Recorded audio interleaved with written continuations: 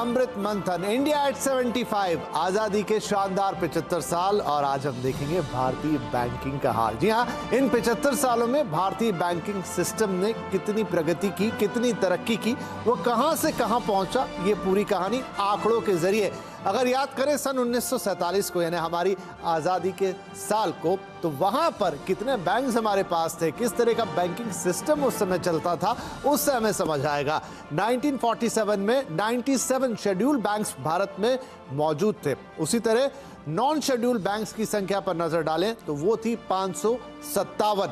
इसके अलावा देश में कई कोऑपरेटिव बैंक्स भी थे जिनकी संख्या आज़ादी के वक्त थी 395, यानी 395। यानी ये आज से 75 साल पहले हमारी बैंकिंग की तस्वीर है।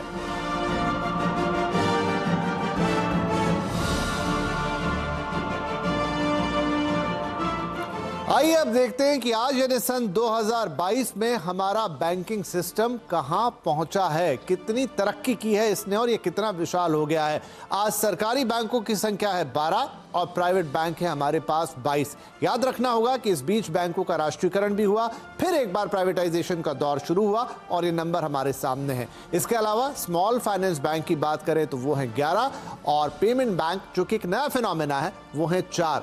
रीजनल रूरल बैंक्स की संख्या है 43 यानी 43 और विदेशी बैंकों की संख्या है 46। तो यह है अभी के बैंकिंग का हाल। लेकिन कोऑपरेटिव बैंक्स, उनकी संख्या में बड़ा इजाफा हुआ है। 98,537 यह संख्या पहुंच गई है देश में कोऑपरेटिव बैंक्स की। लेकिन यह पूरी बैंकिंग प्रणाली इतने बैंकों के साथ आज पूरे देश में सभी नागरिकों को बैंकिंग की सुविधा प्रदान करने की एक भरकस कोशिश कर रही है। तो आइए कुछ आंकड़ों से समझेंगे कि हमने कहां से कहां तक का सफर तय किया है। बैंक डिपॉजिट से शुरुआत करते हैं। 1947 में हमारे पास महज 1261 करोड़ रुपए के बैंक डिपॉजिट थे, लेकिन आज यानी 2022 में ये 167 लाख करोड़ तक पहुंच चुके हैं। ये नंबर बताता है कि हमने कितना बड़ा सफर तय किया है। ब्रांचेस के टर्म्स में देख लीजिए, 5000 ब्रांचेस थी जब हम आज़ाद हुए थे, लेकिन आज हमारे पास 2022 में आज़ादी के 75 साल बाद 14 लाख से ज़्यादा ब्रांचेस हैं जो देश के कोने कोने में फैली हुई है ताकि हर व्यक्ति को बैंकिंग की सुविधा से जोड़ा जा सके। इसके अलावा एटीएम एक ऐसी चीज, एक ऐसी क्रांति जो आई तो 1987 में, लेकिन इसने बैंकिंग की परिभाषा को, बैंकिंग के सिस्टम को काफी हद तक बदल दिया। अब आपको बैंक जाने की जरूरत नहीं थी पैसे निकालने के लिए। आप 24 घंटे कहीं से भी किसी भी एटीएम से कैश निकाल सकते थे, ना पासबुक ना बैंक की ब्रांच। और इसी के कारण 2022 से आज देश में 2,18,000 से ज्यादा एटीएम्स मशीनें लगी हुई हैं जो देश के पूरे कोनों में फैली हुई हैं। आप कहीं से भी कैश निकाल सकते हैं। 1980 आता है और शुरुआत होती है प्लास्टिक मनी की, क्रेडिट कार्ड। लेकिन 1980 में इसकी ज्यादा चर्चा नहीं हुई। इसका असली रंग दिखना शुरू हुआ जब देश में हमने देखा कि 1992 के बाद अर्थव्यवस्था में ओपननेस आई, उसका खुलना शुरू हुआ, ग्लोबलाइजेशन हुआ और फिर सन 2000 आते आते क्रेडिट कार्ड्स की चर्चा काफ़ी तेज़ हो चली। बहुत सारे लोग इसे अपना सके। एक ऐसा कार्ड था जिसके जरिए आप बिना कैश के कहीं से भी शॉपिंग कर सकते थे, किसी भी तरह का सामान खरीद सकते थे और पैसे आपको बाद में चुकाने होते थे।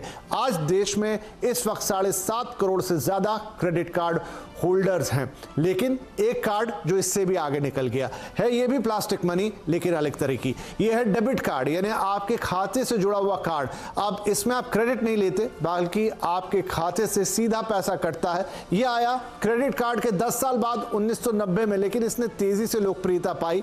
आज हर खाते के साथ एक डेबिट कार्ड जुड़ा हुआ है जिसके जरिए आप ऑनलाइन ऑफलाइन किसी भी तरह की शॉपिंग कर सकते हैं, एटीएम से पैसे निकाल सकते हैं।